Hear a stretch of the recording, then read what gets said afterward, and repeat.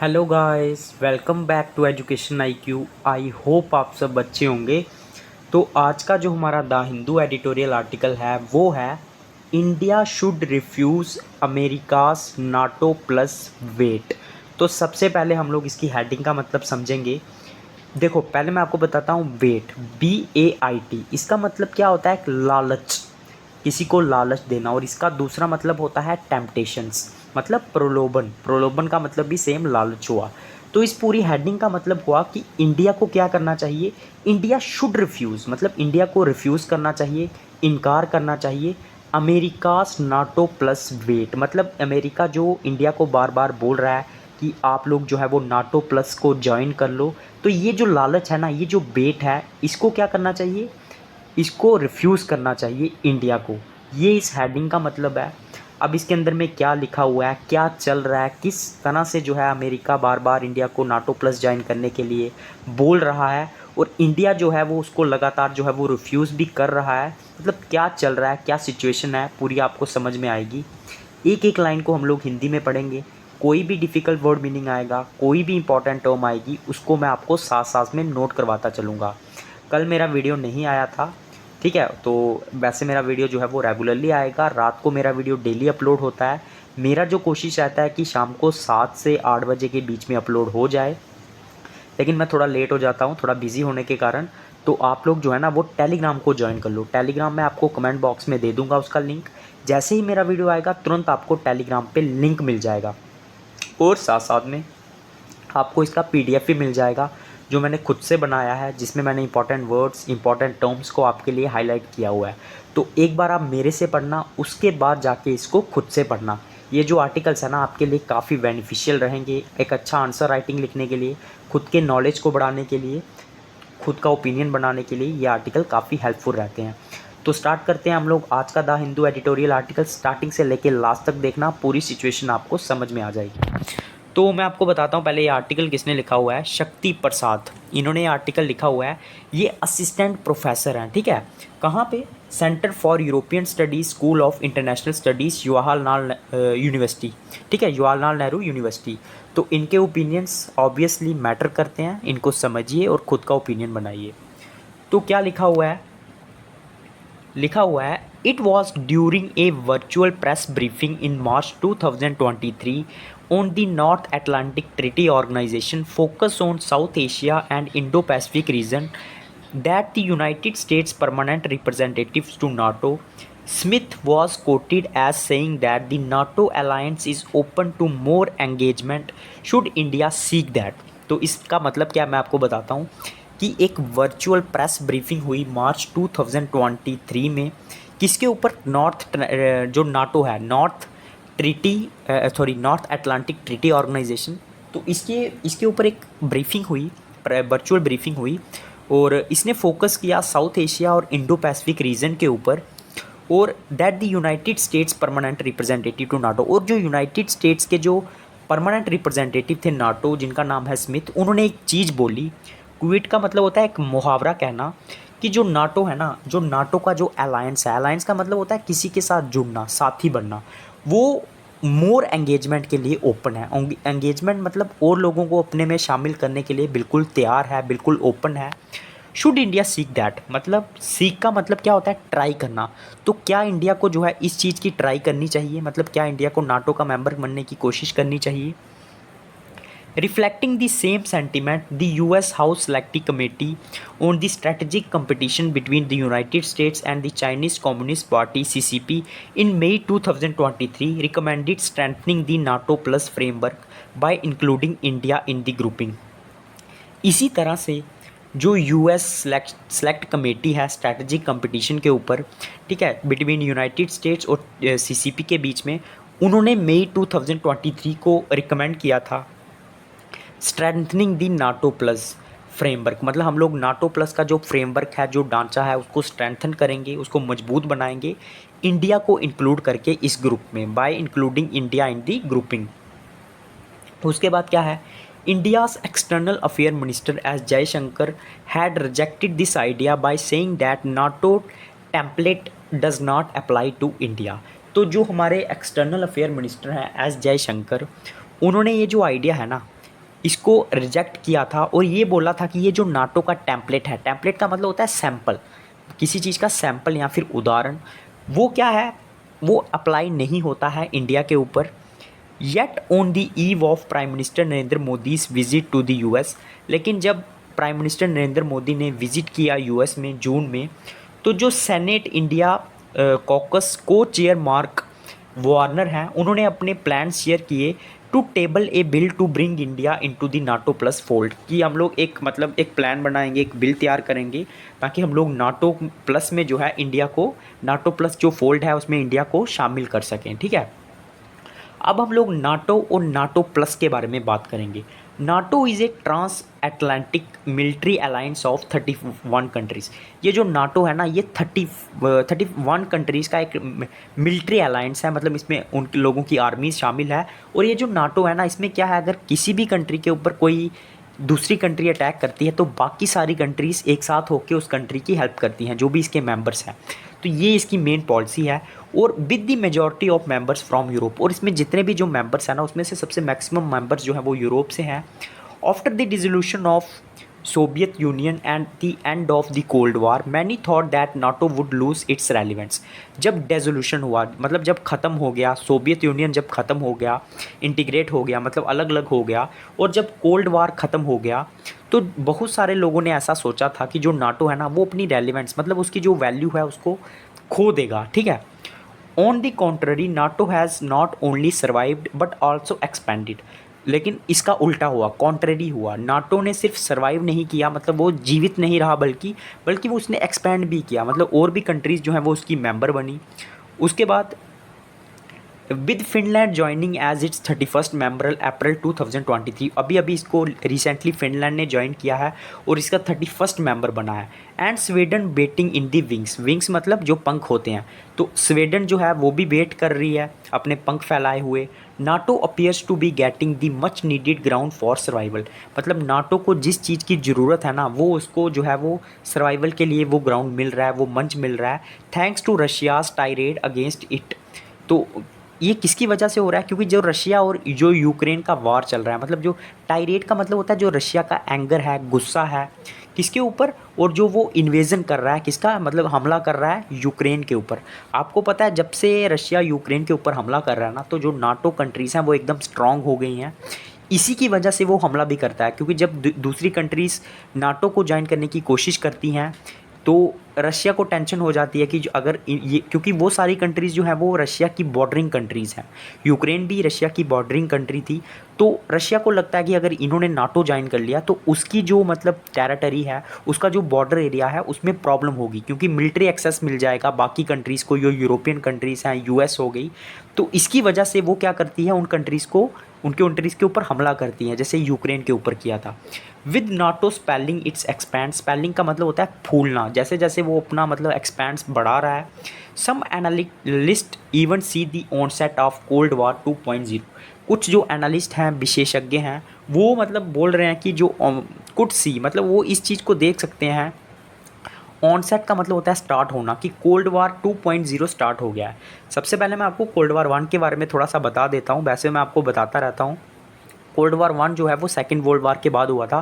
क्या हुआ था, कुछ कंट्रीज़ जो हैं वो यूएस की साइड थी और कुछ कंट्रीज़ जो हैं वो सोवियत यूनियन की साइड थी, जो कि रशिया का भी पार्ट, मतलब रशिया जिसका पार्ट ही था, उसके बाद वो डिसइंटीग्रेट हो गया। तो कुछ कंट्रीज़ उसी को बोलते हैं कोल्ड वार। तो ये क्या करती थी, कुछ कंट्रीज़ यूएस को सपोर्ट करती थी, कुछ रशिया को सपोर्ट करती थी। तो जो कंट्रीज़ जो है सोवियत यूनियन को सपोर्ट करती थी, यूएस क्या करती थी, उन पे इनडायरेक्टली अटैक करती थी। ठीक है, मतलब किसी दूसरी कंट्री को बोल के उस पर अटैक करती थी, इसीलिए इसको कोल्ड वार बोला जाता है। ठीक है, क्योंकि डायरेक्टली अटैक नहीं करेगी, लेकिन क्या करेगी, अगर आप लोग जो है मतलब सपोज करो कोई कंट्री जो है वो अमेरिका को सपोर्ट कर रही है, तो सोवियत यूनियन क्या करेगा, किसी दूसरी कंट्री को बोल के उसके ऊपर अटैक करवाएगा, उसी को कोल्ड वार बोलते हैं, मतलब डायरेक्टली जिसमें अटैक ना हो। तो ऐसा लग रहा है कि कोल्ड वार 2.0 जो है वो स्टार्ट हो गया है, ऐसा मतलब जो एनालिस्ट हैं वो देख सकते हैं। NATO plus refers to a security arrangement of NATO and the 5 treaty allies of US, Australia, New Zealand, Japan, Israel and South Korea as members. जो नाटो प्लस है ना, वो एक सिक्योरिटी अरेंजमेंट है नाटो का, और 5 ट्रीटी अलाइंस ऑफ यूएस, जिसमें Australia, New Zealand, Japan, Israel और साउथ कोरिया शामिल हैं, एज ए मेंबर्स हैं। To enhance global defence cooperation. Enhance का मतलब होता है बढ़ाना, ताकि जो ग्लोबल डिफेंस कोऑपरेशन है, सहयोग है, उसको बढ़ाया जाए। And win the strategic competition with the Chinese communist party, और ताकि जो स्ट्रेटजिक कंपटीशन है उसको जीता जाए जो कि चाइना की कम्युनिस्ट पार्टी के साथ हमारा चल रहा है। उसके बाद क्या है, इंटरेस्टिंगली, एक second, Interestingly, the term NATO plus is not an officially recognized or established concept within NATO itself। मतलब आप ये आपको बहुत इंटरेस्टिंग लगेगा कि जो ये नाटो प्लस है ना, ये एक ऑफिशियली मतलब इसको रिकॉग्नाइज नहीं किया गया है या फिर एस्टेब्लिश कंसेप्ट नहीं है नाटो के अंदर में, but has been used in discussions and debates regarding the potential expansion of the alliance. लेकिन इसको यूज़ किया जाता है जब डिबेट्स होती हैं, डिस्कशन होती हैं, किसके बारे में, potential expansion of the alliance. मतलब इसको हम लोग पोटेंशियली कैसे जो है वो इसको एक्सपैंड कर सकते हैं इस अलायंस को, इस जो ये नाटो का है। The inclusion of these countries as members would require a complex process of negotiation and assessment. अगर इन कंट्रीज़ को हमें इंक्लूड करना है, इनका इंक्लूजन करना है, इन्हें एज ए मेंबर बनाना है, तो इसके लिए कॉम्प्लेक्स मतलब एक कॉम्प्लिकेटेड, कॉम्प्लेक्स का मतलब होता है जो कॉम्प्लिकेटेड हो, प्रोसेस चाहिए नेगोशिएशन की, जिसमें हम लोग डीलिंग करेंगे, असेसमेंट करेंगे। असेसमेंट का मतलब क्या होता है, मूल्यांकन करेंगे उनकी कॉम्पैटिबिलिटी का। कॉम्पैटिबिलिटी होती है क्षमता, कि उनकी क्षमता है कि वो जो नाटो के प्रिंसिपल्स हैं, जो रूल्स हैं, ऑब्लिगेशंस मतलब जो ड्यूटीज़ हैं, और जो डिफेंस कमिटमेंट्स हैं, क्या उसको वो पूरा भी कर सकते हैं, उनके अंदर कंपैटिबिलिटी है, कैपेसिटी है।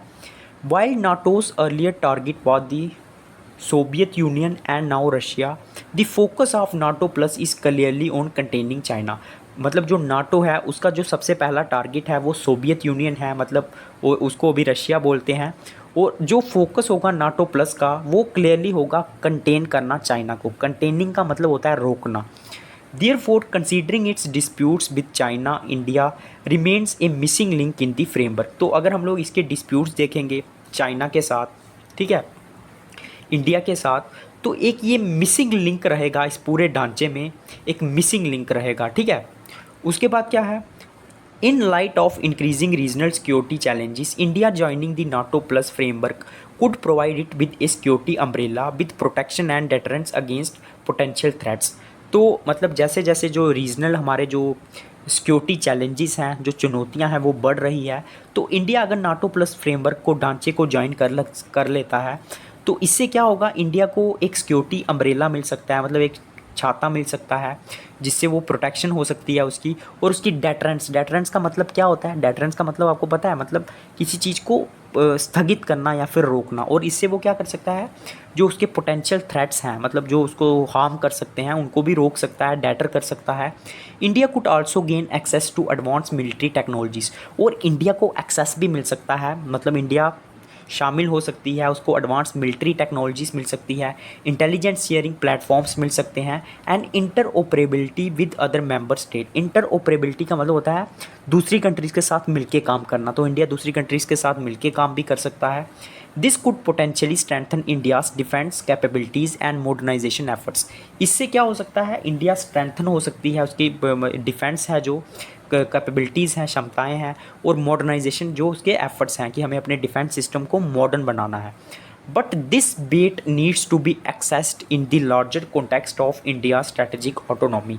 लेकिन ये जो बेट है, बेट का मतलब होता है ये जो लालच मिला हुआ है इंडिया को नाटो प्लस ज्वाइन करने का, इसको हमें एक्सेस करने की ज़रूरत है, मतलब इसका मूल्यांकन करने की ज़रूरत है एक लार्जर कॉन्टेक्स्ट में, एक लार्जर पिक्चर में ऑफ इंडिया स्ट्रेटजिक ऑटोनॉमी। जो इंडिया की अपनी इंडिपेंडेंट है, उस हिसाब से इसे हमें देखना होगा कि क्या नाटो प्लस ज्वाइन करने के बाद भी इंडिया की जो इंडिपेंडेंट है वो रहेगी, मतलब इंडिया अपने मर्जी से डिसीजन ले पाएगी। तो इस चीज़ का मूल्यांकन करने की ज़रूरत है। First, getting into any NATO framework will annoy Russia and China. सबसे पहली बात यह है कि हम लोग अगर किसी भी नाटो के फ्रेमवर्क ढांचे में जाते हैं तो इससे अनॉय हो सकता है रशिया। अनॉय का मतलब क्या होता है, प्रॉब्लम होना, मतलब उसको गलत लग सकता है रशिया और चाइना को, ठीक है। Apart from the robust strategic partnership, Russia has been useful to India in dealing with regional security challenges and importantly moderating the stance of China. तो अपार्ट फ्रॉम रोबस्ट, रोबस्ट का मतलब होता है मजबूत स्ट्रैटेजिक पार्टनरशिप, मतलब India और Russia की मजबूत स्ट्रैटेजिक पार्टनरशिप तो है ही। रशिया यूज़फुल है इंडिया के लिए डील करने के साथ जो रीजनल सिक्योरिटी चैलेंजेस हैं and importantly moderating the stands of China, और वो मॉडरेटिंग मतलब होता है साधारण करना जो रशिया के स्टैंड्स हैं। स्टैंड्स मतलब उनकी जो क्षमताएं हैं, जो वो चीज़ें करता है, जो उनके आंकड़े हैं। Even through Russia is getting over dependent on China post the war in Ukraine, Moscow remains and valuable partner for India. हालांकि जो रशिया है ना, वो अभी बहुत ज़्यादा डिपेंडेंट हो रहा है चाइना के ऊपर, मतलब जब से उसका यूक्रेन के साथ वार चल रहा है। लेकिन फिर भी जो मॉस्को है, मतलब जो रशिया की कैपिटल है या फिर जो रशिया है, वो एक वैल्यूएबल, एक कीमती पार्टनर हो सकता है इंडिया का। Should it join in one stroke India solidified strategic partnership with Russia will crumble. तो अगर इंडिया इसको मतलब एकदम ज्वाइन कर लेगी, क्या इंडिया को इसको ज्वाइन करना चाहिए? Should it join in one stroke? तो इंडिया की जो सॉलिडिफाइड स्ट्रैटेजिक पार्टनरशिप है ना रशिया के साथ, वो क्रम्बल कर सकती है। क्रम्बल का मतलब होता है वो लटखटा सकती है अगर इंडिया इसको एकदम ज्वाइन कर लेगा। Balancing this relationship and managing potential geopolitical consequences would be a significant challenge for India. तो इन चीज़ों को बैलेंस करना, रिलेशनशिप्स को, और जियोपॉलिटिकल जो कॉन्सिक्वेंसेस, जो रिज़ल्ट हो सकते हैं, उसको मैनेज करना, ये एक बहुत मतलब इम्पॉर्टेंट चैलेंज है इंडिया के लिए। Second, while aligning with US led alliance system में be tempting due to threats post. तो दूसरी बात यह है कि मतलब यूएस के साथ अलाइन करना, यूएस का साथी बनना, ये क्या है, मे बी टेम्पटिंग। टेम्पटिंग का मतलब होता है जो हमें लालच दे रहा है, तो ये एक टेम्पटिंग हो सकता है। ड्यू टू थ्रेट्स, जो हमें थ्रेट्स मिल रहे हैं, किसकी वजह से जो हमें थ्रेट्स मिल रहे हैं? चाइना की वजह से। तो हमें बाद में दिक्कत हो सकती है। It could ultimately prove counter productive. Counter productive मतलब जो अच्छा ना हो, उल्टा पड़ सकता है हमारे लिए। काउंटर प्रोडक्टिव का मतलब होता है ये, अगर हम लोग नाटो को ज्वाइन कर सकते हैं तो ये हमारे लिए उल्टा पड़ सकता है और हमारे लिए डेट्रीमेंटल भी हो सकता है, मतलब खतरनाक भी हो सकता है। Having a military framework will limit India's freedom of action and prevent it from pursuing an independent policy towards China. तो मतलब एक मिलिट्री फ्रेमवर्क को जो है ना एक ज्वाइन करना, इससे क्या हो सकता है, इंडिया को मतलब विल लिमिट इंडियाज़ फ्रीडम, इससे इंडिया का जो फ्रीडम है ना वो कम हो सकता है, जो एक्शन है। क्योंकि अगर आपने 31 मेंबर कंट्रीज़ का ग्रुप ज्वाइन किया तो उनके हिसाब से आपको काम करना पड़ेगा।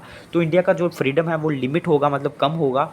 And prevent it from pursuing an independent policy, और उसको रोकेगा कि वो एक इंडिपेंडेंट पॉलिसी को पीछा करे, परस्यू करे, जो कि चाइना की तरफ इंडिया रख सकता है। तो उस चीज़ के ऊपर भी इंडिया जो है वो एक अच्छी पॉलिसी नहीं बना पाएगा चाइना के खिलाफ, उससे भी इंडिया को रोक सकता है। Moreover at a time when India has its own bilateral issues with China and a strategy for the Indo Pacific, hoping into the Taiwan strategy of the US under NATO plus will complicate India security. अभी इस time में India की अपनी bilateral issues चल रहे हैं China के साथ, और एक स्ट्रैटेजी भी है इंडिया की इंडो पैसिफिक को लेकर। तो होपिंग का मतलब होता है किसी चीज़ के बीच में कूदना। तो ताइवान की मतलब जो ताइवान स्ट्रैटेजी है यूएस ने बनाई हुई है नाटो के अंदर, उसमें कूदना, इससे क्या हो सकता है, कॉम्प्लिकेट, मतलब मुश्किल में पड़ सकते हैं इंडिया की जो सिक्योरिटी है, with possibility of Chinese justification for further military buildup along the India China border and frequent intrusion का मतलब होता है जो घुसपैठ करती है। और इससे क्या हो सकता है, चाइना को जस्टिफिकेशन मिल सकता है, मतलब एक कारण मिल सकता है कि वो मिलिट्री बिल्डअप करे अपने इंडिया चाइना बॉर्डर के ऊपर और लगातार जो है वो इंट्रूजन करे, मतलब घुसपैठ करे। Third, India has traditionally maintained A policy for strategic autonomy. तो मतलब तीसरी बात यह है कि इंडिया ने हमेशा है एक पॉलिसी मेंटेन की है स्ट्रैटेजिक ऑटोनॉमी के लिए, मतलब अपनी इंडिपेंडेंट के लिए। Allowing it to engage with various nations, अपने आप को अलो किया है कि वो दूसरे कंट्रीज़ के साथ जुड़ सके। And blocks based on it's interest, और मतलब ग्रुप्स के साथ जुड़ सके। ब्लॉक्स का मतलब होता है ग्रुप्स के साथ जुड़ना जो उसके इंटरेस्ट को, मतलब उसको फ़ायदा देते हैं, उसके इंटरेस्ट के साथ है। Joining a NATO framework would require India to align its defense and security policies with the objectives and strategies of the alliance। तो नाटो को ज्वाइन करना, नाटो फ्रेमवर्क को ज्वाइन करना, इसके लिए इंडिया को चाहिए होगा कि वो अलाइन करे, मतलब जो उसके डिफेंस है और उसकी जो सिक्योरिटी पॉलिसीज़ हैं, ठीक है, with the objectives and strategies of the alliance, मतलब उसी हिसाब से जो है नाटो के हिसाब से अपनी पॉलिसीज़ बनाए जो उसकी अलायंस होंगी। Thereby potentially undermining India's autonomy. Undermining का मतलब होता है कमज़ोर करना। इससे जो इंडिया की अपनी जो ऑटोनॉमी है, जो स्वतंत्रता है, वो क्या हो सकती है, कमज़ोर हो सकती है। While the non align policy will get a quick death, it could strain relationship with countries. Strain का मतलब क्या होता है, ख़राब करना। मतलब जो नॉन अलाइन पॉलिसी थी, मतलब किसी के साथ भी नहीं जुड़ना, इससे क्या हो सकता है, क्विक डेथ हो सकती है। क्विक डेथ का मतलब होता है, मतलब इंडिया का रिलेशन बिल्कुल ख़राब हो सकता है अगर आप किसी के साथ भी नहीं जुड़ोगे। It could strain relationship with other countries, बाकी कंट्रीज़ के साथ भी रिलेशन ख़राब हो सकता है। स्पेशली जो हमारी नेबर्स हैं और जो रीजनल ऑर्गेनाइजेशंस हैं that values India independent stands, जो कि वैल्यू करती हैं इंडिया की स्वतंत्रता को। And could also limits it's flexibility in engaging with other regional powers. और इंडिया की जो फ्लेक्सिबिलिटी है, मतलब इंडिया जिस तरह से बाकी कंट्रीज़ के साथ एंगेज होता है, जुड़ता है, उसको भी रोक सकती है। अब इंडिया की प्रायोरिटीज़ क्या है, इंडिया किस चीज़ को महत्व दे रहा है, उसके बारे में हम लोग बात करेंगे। India's priorities lies in addressing its own regional dynamics that includes a unique set of security challenges such as border disputes, terrorism and regional conflicts. तो इंडिया की प्रायोरिटीज़ क्या है कि उनके जो खुद के रीजनल जो डायनेमिक्स हैं, जिसमें एक unique set of security challenges हैं, जैसे बॉर्डर डिस्प्यूट्स हो गया, टेररिज्म हो गया, उसके क्षेत्र के जो कन्फ्लिक्ट्स हो गए, जो झगड़े हो गए, तो इंडिया की प्रायोरिटीज़ ये हैं। While NATO has certain competencies का मतलब होता है क्षमता, मतलब नाटो के पास बहुत सारी क्षमताएं भी हैं कि वो डील कर सके इन सारे इश्यूज़ के साथ। In lord geopolitical agenda started from Eurasia मतलब इससे यूरोप भी शामिल हो, एशिया भी शामिल हो, into Indo Pacific may divert resources and attention away from this pressing issues.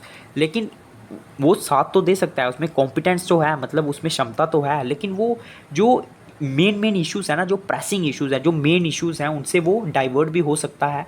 And therefore will not be of much help to India, और India की वो ज़्यादा मदद भी नहीं भी कर सकता है। ठीक है। For the time being India's posturing through the Quad, जिसमें 4 कंट्रीज़ हैं, India, Japan, Australia and the US.